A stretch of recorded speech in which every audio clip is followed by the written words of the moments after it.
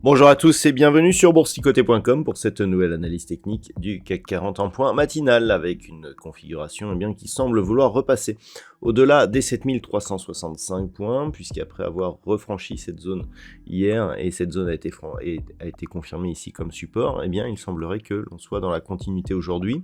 Alors d'un point de vue court terme ici sur cette vue intraday en unité de temps 4 heures, on est toujours entre la bande de Bollinger inférieure ici qui a été touchée récemment et la moyenne mobile 20 exponentielle qui fait toujours obstacle et donc joue comme résistance sur l'évolution actuelle, mais on pourrait bien repartir à la hausse si cette zone ici venait à être confirmée comme cassée et si on cassait aussi cette zone ici des 7460 points dont on voit ici qu'elle a fait résistance précédemment.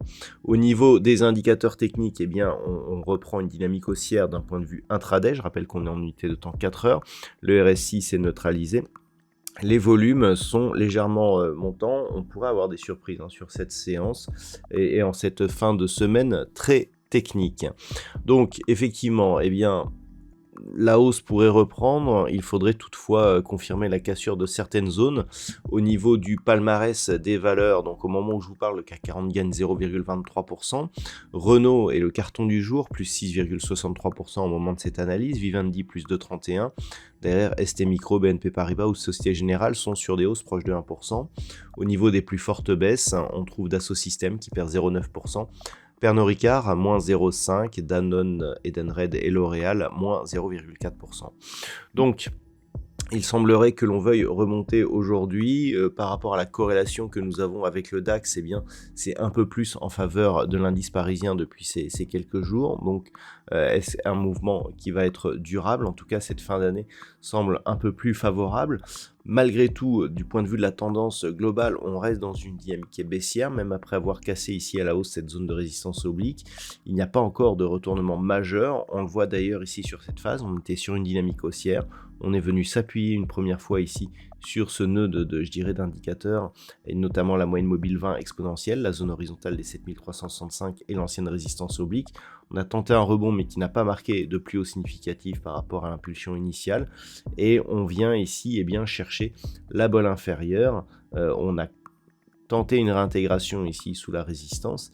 Et quelque part, aujourd'hui, on est sur un changement de tendance avec ici contact bolle inférieure, retour sur la moyenne mobile 20 exponentielle qui reste résistance.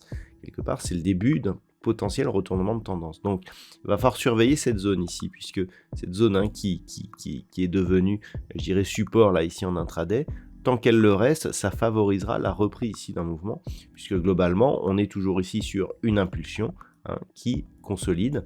La fin de cette consolidation viendra d'une rupture ici de cette zone des 7460 points. Donc c'est vraiment ce qu'il va falloir surveiller.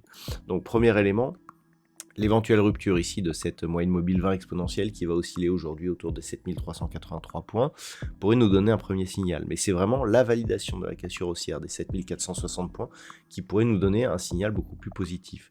Ce qui veut dire que tant que nous sommes en dessous, on favorise plutôt un baissier, notamment si on revient ici sous 7365, car là, après cette première attaque, on pourrait bien valider la cassure des 7310 points et revenir dans cette zone de range que nous avions auparavant, qui mettrait une pression baissière sur l'indice. Donc tout se jouera ici autour de cette zone des 7365, voire 7310 points, mais globalement, avec des perspectives qui sont haussières, on est toujours, puisque cette configuration haussière donc n'est pas confirmée, on est toujours dans un biais baissier actuellement. Voilà donc ce que l'on peut dire sur cette analyse technique du CAC 40 pour aujourd'hui. D'un point de vue macroéconomique, la journée sera assez chargée. On a déjà eu quelques chiffres, notamment les chiffres de l'inflation en Grande-Bretagne, qui se sont révélés conforme aux attentes ce matin. Nous aurons les chiffres de l'inflation en zone euro qui seront dévoilés à 11 heures.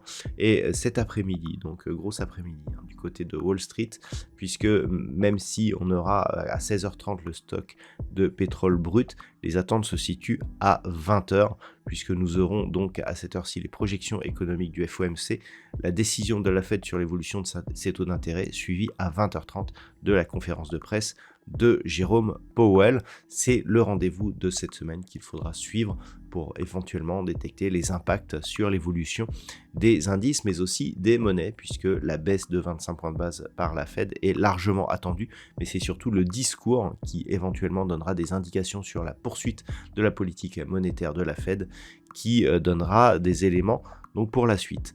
Voilà ce que l'on peut dire pour aujourd'hui. Je vous souhaite de passer une bonne séance. On se retrouve dès ce soir pour toutes les autres analyses techniques du site boursicoté.com.